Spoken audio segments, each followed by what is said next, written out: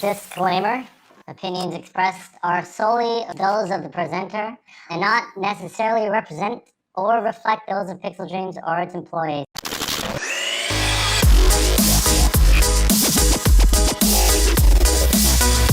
Fire! A stirred mind is never shaken. The systemic self. So welcome back for another FRIducation, everyone. Fridays and Education.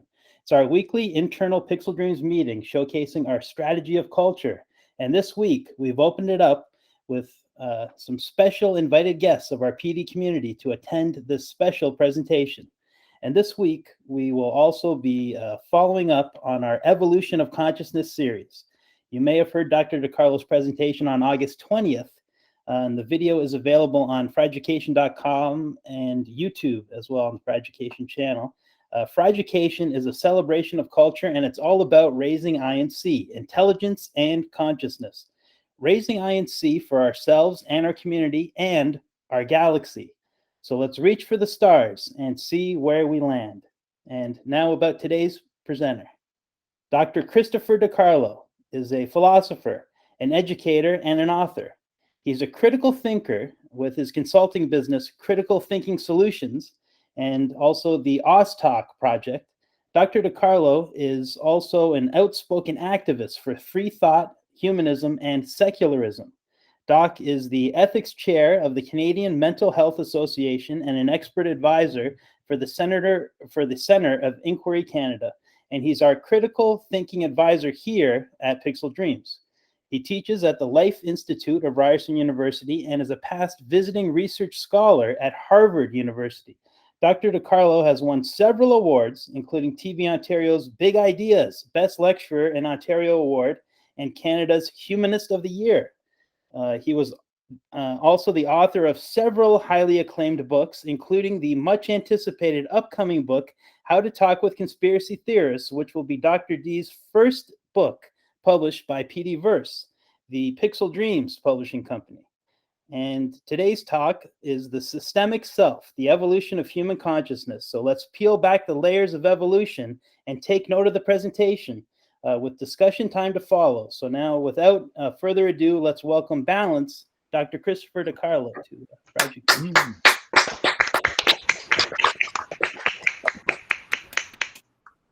Thank you for that introduction, Daniel. I'll have to take you on the road with me on the next tour. I like that. All right, let me just share my screen here. Right, so let me get right into it. Opinions expressed are solely those of the presenter and do not necessarily represent or reflect those of Pixel Dreams or its employees. Okay, so just a recap from what we did last time, right? Most of the work that I did involves looking at this environment of evolutionary adaptiveness 6 million years ago to about 10,000 years ago.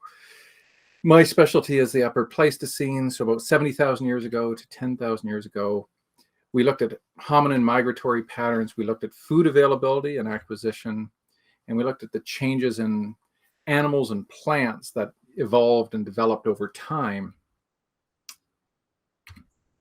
We looked at things like hominin physiology, how things changed within the body, including brain enlargement or encephalization, how dentition changed, gut size shrank, and pharyngeal development evolved as well. We noted geographic and climatological factors like past ice ages and things like that, and how animals and plants changed along the way. This is something interesting. For those of you who like bread or like your carbs or whatnot, basically the wheat that tends to come from is a fairly recent genetic mutation. It's essentially a grass. You see here the grasslands of the African savanna. That's what wheat is. It was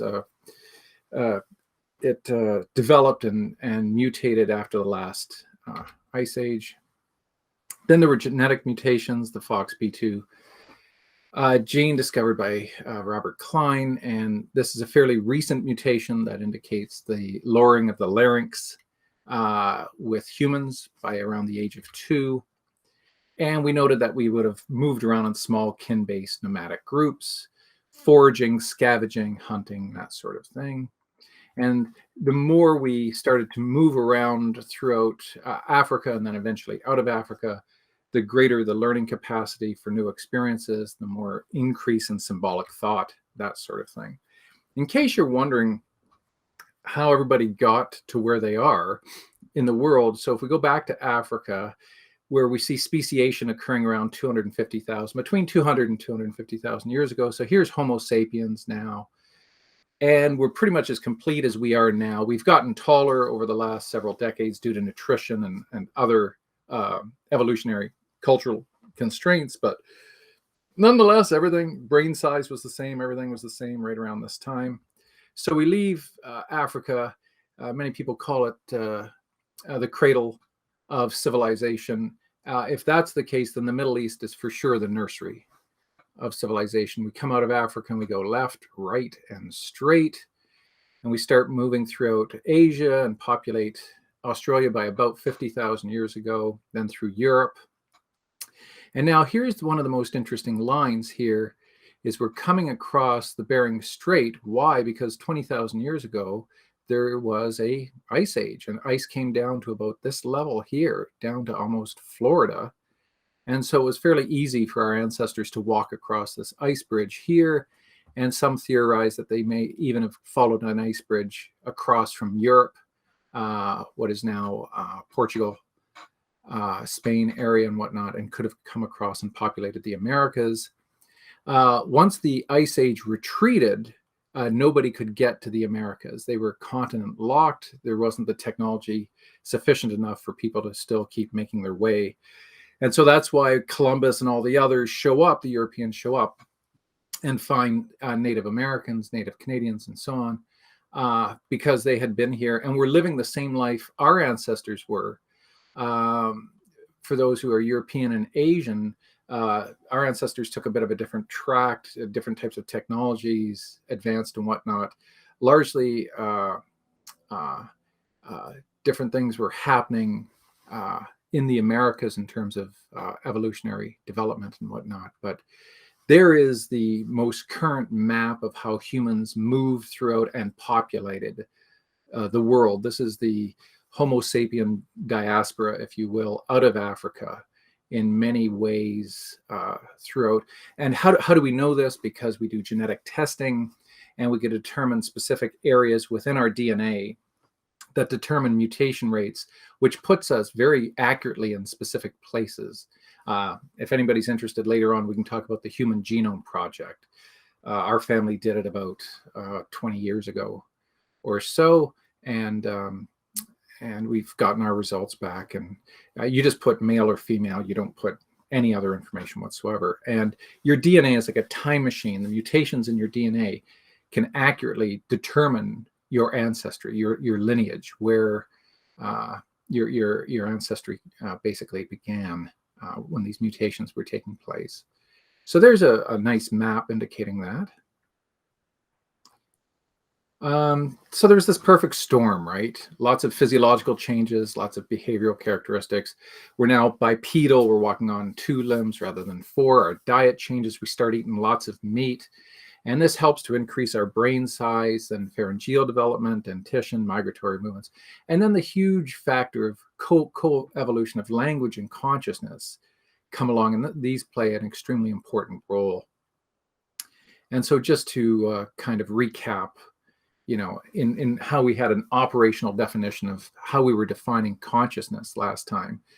All conscious being, we're perceptually aware of our environments. We see that there's an environment, but humans know that we're distinct from and a part of an environment. Other species are to some degree as well, but nowhere near the capacity that humans have, what we call meta-awareness.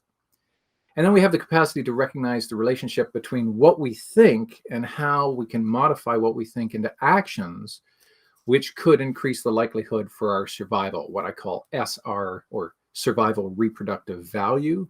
So we can literally watch whether or not our ideas work or fail to work.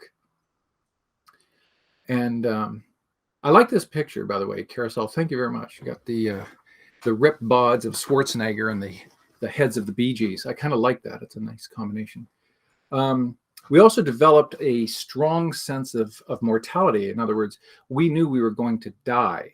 We could compare our ancestors to other species, other members of our species who died, and then realized by one of the oldest forms of reasoning, which is analogical reasoning, if that's happening to that member, that's going to eventually happen to me someday.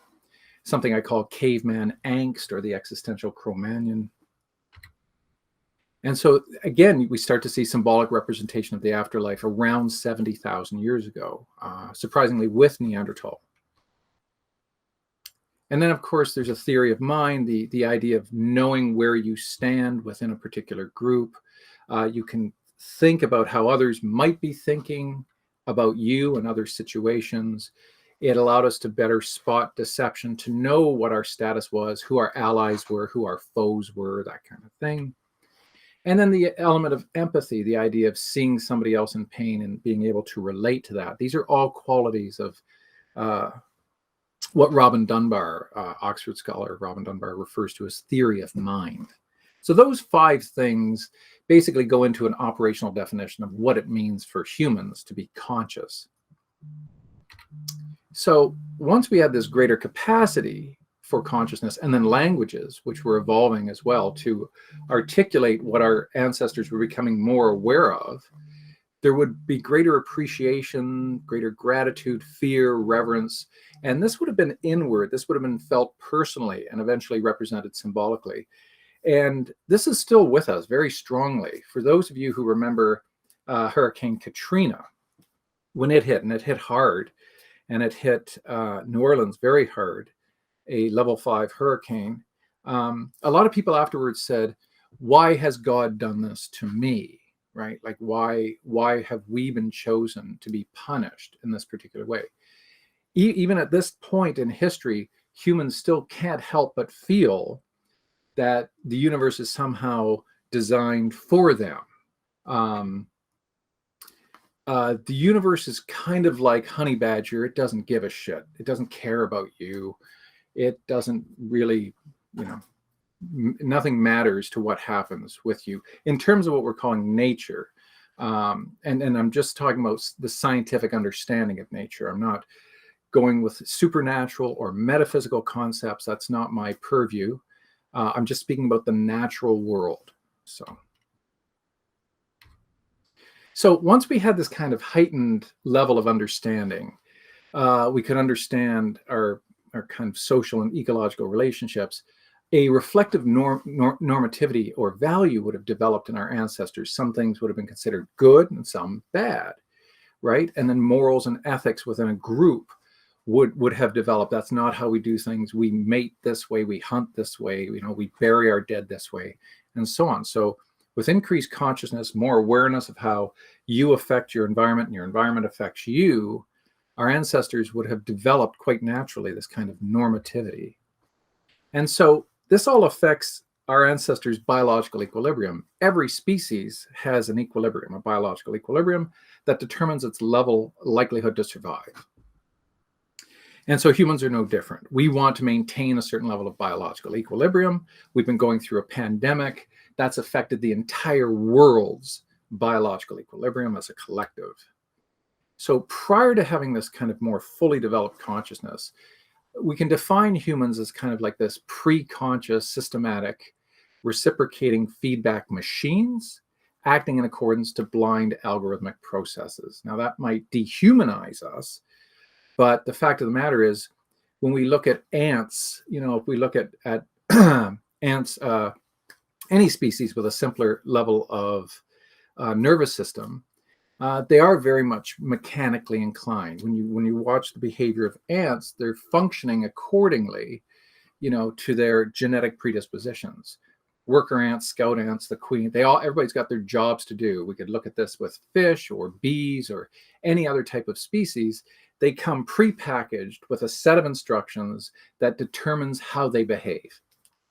And if they exist in an environment that is favorable to those prepackaged plans or instructions, they do well, they get to mate, they get to have sex, they get to reproduce, and then they die. And then if their offspring work well within that environment, the pattern keeps on a rolling. That's great. But if the environment changes, the food supply they were most accustomed to suddenly gone, well, unfortunately, 99% of every species that has ever existed on this planet has gone extinct. That is the natural order of animal life in all of biology. So value evolved, the concepts of good and this notion of survival and reproductive capacities. These developed cultures, developed identities through what I call memetic transference. You've got certain things, right? You've got all these memes, you know, I've got glasses, and they have different functions, and they provide humans with a certain level, a comfort level, that a term I invented I call memetic equilibrium. We're happy with our stuff. There's a certain music that we like, certain food that we like, entertainment, works, you know, all that kind of stuff. We develop this kind of equilibrium, and certainly our ideas generate that as well.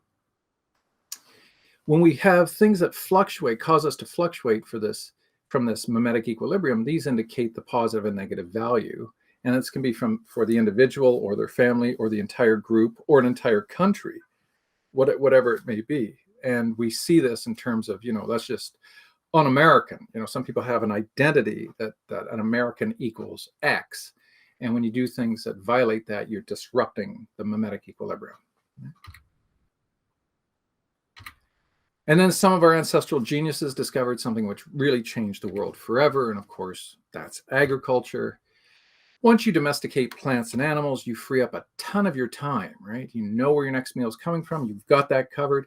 You can move on and you can specialize in all kinds of stuff, making pottery, weaving stuff, you name it. We can, you know, develop better weapons and architecture and sanitation. All these types of things can be developed. And of course, this very, very rapidly led to civilization as we know it. And there were a lot of them, and a lot of different types, and a lot of different ways of living, and rules for living, and different norms for all these places developing their cultural memetic equilibria, and so on and so forth. Now, here's something that's I made for the Pain in the Ass book, and I think it's a really important diagram. We have here on the y-axis the number of people, the population of the world in billions, and here we have time on the x-axis. And we have the Stone Age from 1 to 3 million years. Then we advance very, very quickly to agrarian societies about 9,000, 10,000 years ago or so. And what we start to see is eventually the world populations start to rise. Some anthropologists estimate that at one point in time, the entire human population in Africa might have been as low as 10,000 people. And if anything had happened to them, floods, a volcano, famine, disease, predation, whatever, we're not having this presentation today. So luckily they survived. And as we move throughout history, we see the population gradually rising through the Bronze Age, through the Iron Age. And again, agriculture and both of these ages, now we have metal tools. We're not just working with stone and wood. We now can manipulate metal and make all kinds of inventions out of these types of things. We see the population start to fairly quickly rise until we get to about 1348 here. This is the Black Death. This is the bubonic plague in Europe. You actually see a dip in the world's population of 200 million people. That was quite significant. By the way, all throughout here, lots of pandemics, lots of epidemics, lots of disease. Why? Because once humans get together in clusters and they don't have proper sanitation, and that attracts various types of animals like rats and other things, and you're going to get disease. And you have a group of people that don't know anything about microbiology here. How would they even possibly have known that? So of course there are all kinds of conspiracy theories about what causes pandemics to occur and whatnot, but nonetheless, this was a tough growing time for humanity in this area here. But look at what happens once we get, you know, to 1 billion people in 1804, 2 billion in 1927, 3 million in 1960, and that just keeps going up very, very rapidly. So in case you're wondering about the Earth's population, there it is. And that happened really, really fast. So there's a lot of us on this planet, and this will continue to go up. It will tail off eventually at around 13 billion, some estimate, and then it'll plateau and maybe come back down. But yeah, we populated this Earth very, very rapidly, much quicker than most people realize. So we keep evolving culturally. We look inward. We delve deeper and deeper into questions regarding our, who we are. And so we have these kind of crude understandings based on mythologies and folklore, and then philosophy, and then religion, and then science comes along.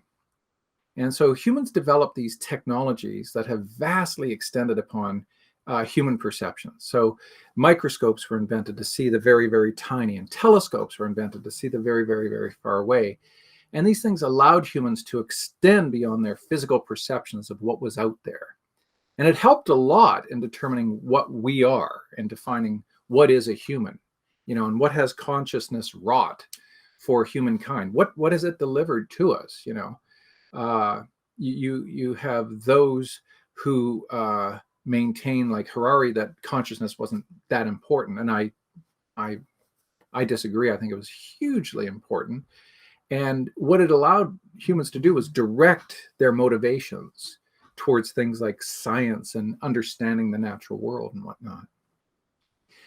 And so new models were necessary to understand these complex relationships between humans and their world, humans and their environment, humans and the universe. And so I took it upon myself to develop just such a model. And I refer to it as the Oztalk Project. And what is it, and how would this model help to contribute to us better understanding what human consciousness is and what our place in the universe actually is? It's an acronym meaning the onion skin theory of knowledge. And it's basically an information model, and it's the way in which I believe all information is moving in this direction. How long have I been working on this model? Since at least the early 90s. So it's an idea that's been with me for decades and has gone through quite a few transformations. So the model helps us to understand natural and cultural constraints and variables and influences. And it helps us to understand these in terms of systems analysis. And so they've been divided into two types: natural systems and cultural systems. So RNS and RCS. And here's what the relations of natural systems model looks like. So I'll go through it fairly quickly with you. Beginning with yourself here as a human being. What are you, right? What are any of us but a conglomerate of systems, right? Skeletal, endocrine, nervous, circulatory. We're made up of a variety of different types of systems working in accordance with each other. And when we want to study how those systems work, we look at those in detail at their smaller and smaller and smaller levels. So we're going to call this the meso level or middle level, and this is micro and this is macro. So when we start to go into the micro level of what makes up our systems, what are these systems made up? And we go into, the kind of systemic way in which our cells work, and then the instructions behind those cells like DNA, and then we look at the molecular level. And then there's the atomic level to the subatomic level. This is the LHC, the Large Hadron Collider in Switzerland, and that perhaps all matter might be made of something known as strings or superstrings. This is what Sheldon Cooper was studying before he went into dark matter and whatnot on the Big Bang. So when we look at our systems and we break them down into smaller and smaller levels, things operate at different levels, and they operate a little bit differently. And it's quite interesting when we break, the human. And again, this is the relations of natural, not supernatural, just the natural systems and what science can tell us at these various levels, at these various stages, as we go smaller and smaller and smaller down further and further. Now, we also function at a macro level. As we go up in scale, we find that we exist in an ecology. My backyard is a particular type of ecology, but also so is the city, so is the county, So is the entire area of southern Ontario. So is all of Ontario. So is Canada. So there's lots and lots of ecological systems that interact and overlap. There's no fences or borders to these things. And so we're functioning within these types of ecological systems throughout the entire planet. And so we have to be wondering to what extent our ecologies are affecting others and they're affecting ours. And then when we look at weather patterns and changing global climate situations, whatnot, how are we messing with those various systems and so on and so forth. Our planet, here's a planetary system. Here we are, third rock from the sun, of 8 since we kicked out Pluto. And, this is a planetary system. Our 8 planets are revolving around this fairly basic star we call the sun. This sun is one of billions, as Carl Sagan would say, billions and billions of stars in our galaxy known as the Milky Way, which is one of millions found in a galaxy cluster, which itself is just one of millions found in the entire universe itself. So here I wanted to present something to students where they could see themselves in a single glance in terms of how all the sciences relate to them systemically. And so at a single glance, we can look at how we relate from the very small to the very, very, very large. Now, of course, the holy grail in physics is to have a grand unified theory of how all of this stuff works. A one single theory that encompasses the very small to the very large. That's the holy grail. That gets you a truckload of Nobel Prizes. So if anyone can figure that out, wonderful. Who knows to what... God. Sorry? So, God. Okay, we can say that. Yeah, anything that would encompass all of this would be, a godlike type of being, right? Now, here's our universe containing all of these billions and billions of stars and galaxies.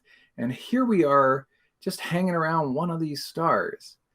And it's pretty amazing that we think we're pretty special, given how big this universe is, which, by the way, has just gotten a lot larger since this talk began. It's continuously expanding, and physicists are finding out that it's not slowing down.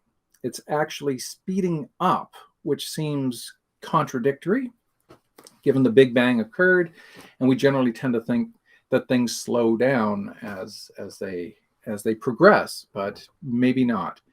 So 13.72 billion years old, our solar system about 4.6 billion years old, and life on the planet, going back to blue-green algae, maybe 2 billion years old. But here's our universe and all that is contained in it, and it is unbelievably huge, unbelievably huge. And here's where things get really crazy. Some physicists maintain that this might not be the only universe in existence.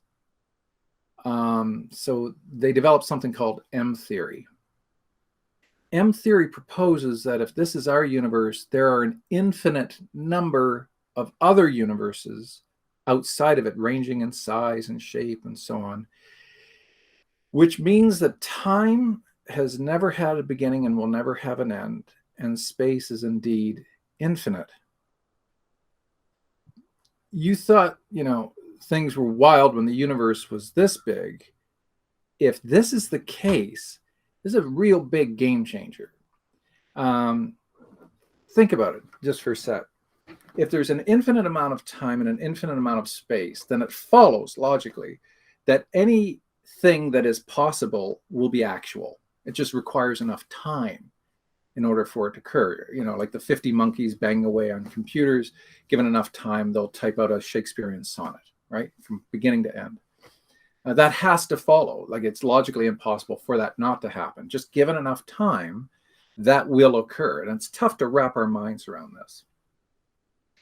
But if M theory is correct, then it could mean that we then, and our consciousness and whatnot, never goes out of existence. It just continuously becomes regenerated and regenerated. It might take a long time, might take 1 trillion years, before you see your dead Uncle Felix or whatnot. But given enough time and given enough space, if that is possible, it will happen. And so physicists have given philosophers a lot to think about in terms of who we are, what we are, where we are, and what's going on around us. So that's the relations of natural systems. When we look at the relations of cultural systems, here we are again, this kind of conglomerate of systems. But culturally now, we're embedded in some type of a family. This is my family. We have a specific ethnicity. I'm not going to call it race. That's a genetic term. There's no such thing as a race. So we have a specific ethnicity, economics, education, politics, ethics, agriculture, religion, business and industry, law, medicine, transportation, sports and entertainment, and the arts and humanities. Lots and lots and lots of cultural systems, memes that humans have developed over a fairly short period of time in our evolutionary past. So what I've done is I've taken those natural systems, those cultural systems, I've added them together and put them into this framework, this theory of knowledge. It's an information model called the onion skin theory of knowledge. And basically this is how it works. As an example, if you can look at the onion and can imagine that all of these things and all of these things here, each one of these exists around this onion, on the perimeter of this onion, and they extend further in towards the center of the onion. This represents depth of information. This represents breadth of information. So the taproot goes towards the center, the theoretical center of the onion. So, for example, if this were quantum physics, right, and these were layers of depth within the onion, my knowledge of quantum physics barely gets through the surface, whereas like Lee Smolin and Stephen Hawking would be far further down, right? And then how does quantum physics relate to particle physics, relates to, other aspects of what goes on in the world, how other things work and whatnot. And so imagine the model itself, the inside of it will be very, very complex with all of these connecting relationships going on at any given time. So there's plenty of people who have done work in this area. None of us can know all of the influences of all of the constraints at one time. We're not God. We're not omniscient. We don't have that capacity to see things like that. But maybe we can understand, how these things interact in terms of what I call causal clusters or nodes. So many popular works like these consider these complex systems and look for these nodes, right? Freakonomics, The Drunkard's Walk, Sway, Connected. All of these books play into this information model very well and look at the way in which we can understand things that didn't seem very, very much connected. For example, here, let me give you an example. So you got some cat people out there. You got Erica and you got others who are into cats. So kitties have something in their bowels known as Toxoplasma gondii, and this little critter is kind of like their E. coli. And Toxoplasma gondii loves to be in the bowels of cats. That's where it does its business best. That's where it breaks down food into feces, meat. Cats are carnivores, and it does it very well. But every now and again, some of these little critters get shat out and they want to get back into the bowels of the kitties. And what can happen is if any kind of little critters like a mouse or a rat or anything like that comes in contact with the kitty feces, the Toxoplasma gondii will cling on to the fur of the mouse and embed itself into its body to get into its bloodstream to eventually get into its brain. And the Toxoplasma gondii infects the brain of rodents, and it disassociates the predator-prey fight or flight distinction within the rodent, so that the rodent no longer fears kitty. Now it wants to play with kitty, but Kitty's going to eat Mousy. And when he does, guess where the Toxoplasma gondii ends back up in? The bowels of the cat. That's how complicated systems are. And that's only one aspect of the complicated ways in which systems all around us function, and we within those systems function as well. So when I talk about causal clusters or causal nodes, I'm hard pressed to get these metaphors to be able to demonstrate that. So I put together this incredibly complex and detailed image here. You get the design people get to laugh at Doc's handiwork here. And so if you can imagine the onion like this, and then all of these things on the perimeter of the onion are things like education, chemistry, physics, family, all of these types of things. Here, for example, is that, quantum physics kind of thing here. But here are three here, right? Communication, employment, and education. And there's a node that's being connected for all three. So that could be today's talk, right? Communication, obviously we need this kind of technology, or this can't take place, or I would have to be there in person, right? And then that would involve transportation and a few other things. Employment, Pixel Dreams as the employer, and education, the process through which we are learning. So that would be an example of what we're doing today. So you can imagine how complex the internal workings of this onion theory of information actually is. Very, very, very complex. And there are plenty of places that study these, right? From, ASU, Arizona State, to George Mason, to Southampton, to even Calgary has people working on this. What's the bottom line in all of this? Well, the better or more comprehensive the model is regarding the constraints of the world, the more conscious, more aware we will be in developing responsible views of ourselves in relation to who and what we are. So I find this to be the pinnacle of raising INC. If we could develop this type of model, and so I very much want to move this model into its theoretical phase and into a practical phase, which is what I've been trying to do with big data for the last 2 decades. And now that we have quantum computation, we might be that much closer to getting to this point. So what are the practical implications for this type of a model, right? Well, it's very complex interplay of natural and cultural systems. That makes every one of us, not just us, but every species on this planet, a system navigator, right? We maneuver through these various constraints in light of perceived value, of getting to get the things that we give the thumbs up to. So, from cave dwellers to condo dwellers, we have a set of values, and we like certain things and we want certain things. And in trying to attain those certain things, we have to move through these systems. We have to navigate.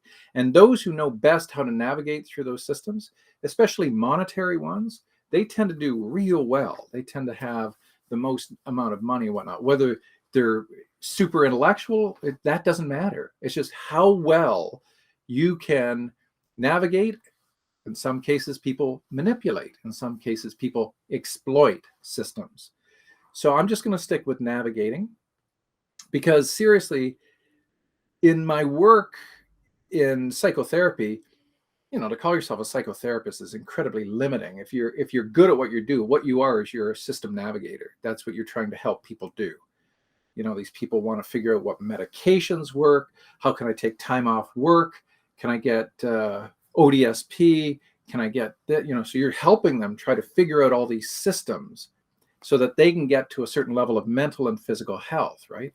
And this is, the better we understand how systems work and are interrelated, the better we're going to be able to help people, right? And other species as well. So then we talk about how deep can we go into the onion on certain topics, and then how far, how broad is our knowledge of how these systems are connected. It's one thing to be really good at one thing, which is now the model of academia at university. When they hire professors, they want to be really good at one thing, like as good as you possibly can. They don't want Renaissance people anymore. They don't want breadth of knowledge. Just do what you do really well and get some funding, and then we'll get a better reputation for what it is you do. So when we look at the systemic self in all of this, right, we use critical thinking, we consider our place in all of these relations of systems, right? We've gone from prehistoric to Paleolithic to ancient to modern, from blind ignorance to reflection. We've moved from mythologies and folklore, religion, philosophy, and science. We now understand ourselves as a collective of systems working within a series of systems as well. So let's look at one of these. This collective defines who we are as what I call our systemic cells. And so let's just take one example from the Oztalk, right? Let's just look at cellular biology. Let's look at the human biome. And so this is where nature's going to throw all of us a curveball, right? So this might shock a few of you, but nothing's going to change. So don't worry about it. Lots of people are studying now what humans are made of and trying to figure out what's going on at the molecular and biotic level. So within each one of us, we contain more or less about 30 trillion cells, give or take a few billion. Skin cells, hair cells, bone cells, blood cells, nerve cells. We've got lots of differentiating cells, about 30 trillion of them in our bodies. But we got about 40 trillion microbiota. You see just a few of them here from our intestines. Our mouth is an entire ecosystem. I'm not sure if you're aware of that or not. Everywhere on our skin, on our eyelashes, there are things living. I'm not sure if you're aware of that. So try not to get freaked out about this. But this is what's going on. And the ratio is about, we now figure 1.3 to 1 living things to non-living things. So what does that mean? What are the entailments? What can we conclude from something like that, right? Well, if we contain more living microbiota than differentiating cells, what exactly are we? Well, we're systemic cells. We're a collective of living organisms that work entirely separate from our knowledge, command, or control. So where is the self, what we call the self that continues to exist every day, that every morning when you get up?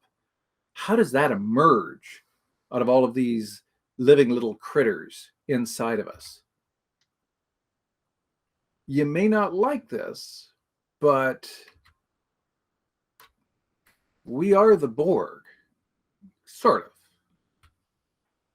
Just as the Borg operate according to a collective of systems, so do we.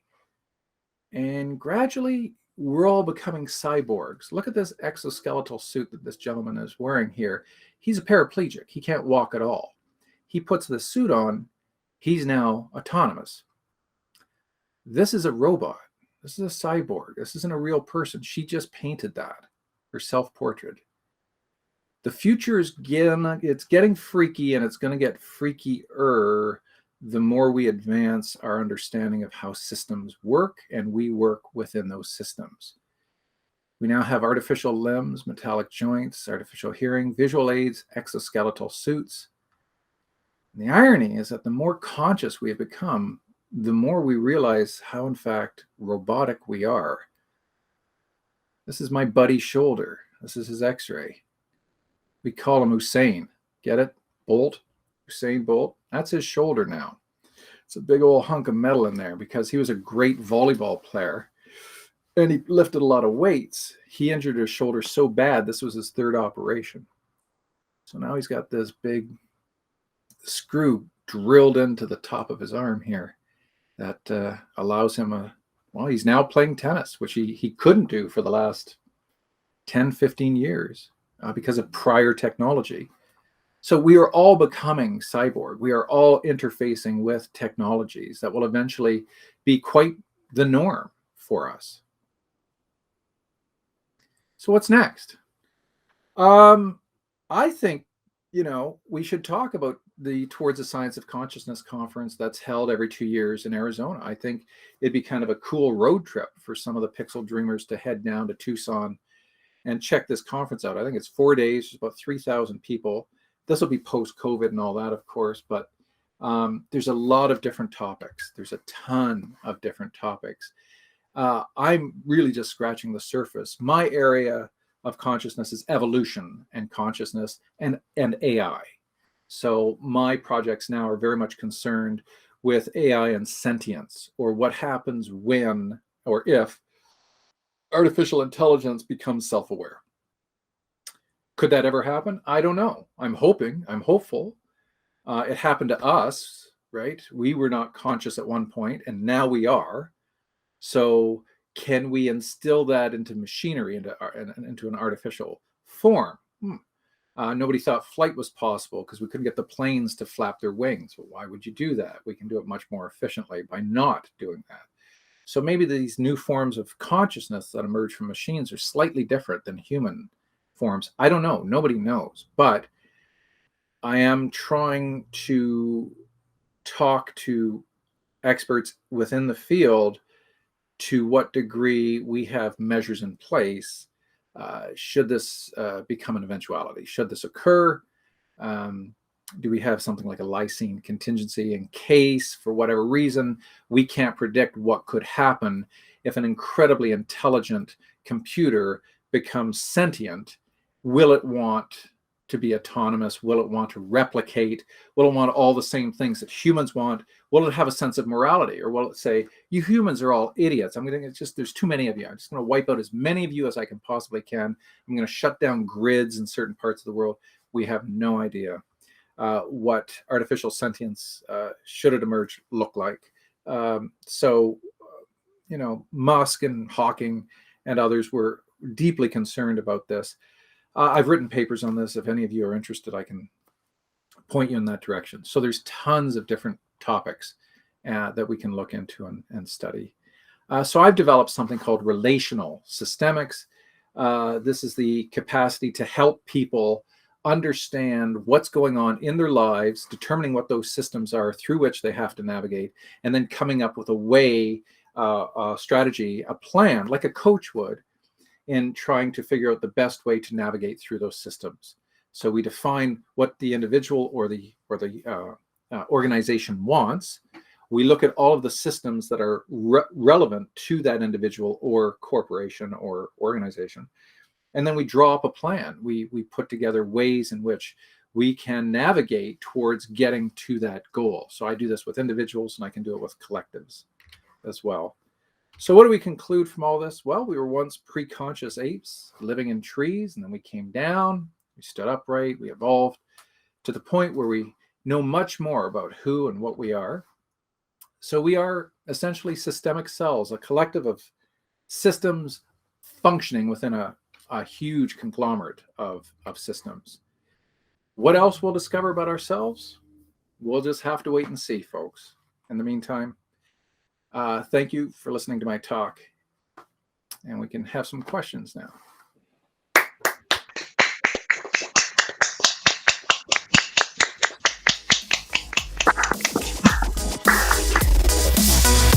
Fire!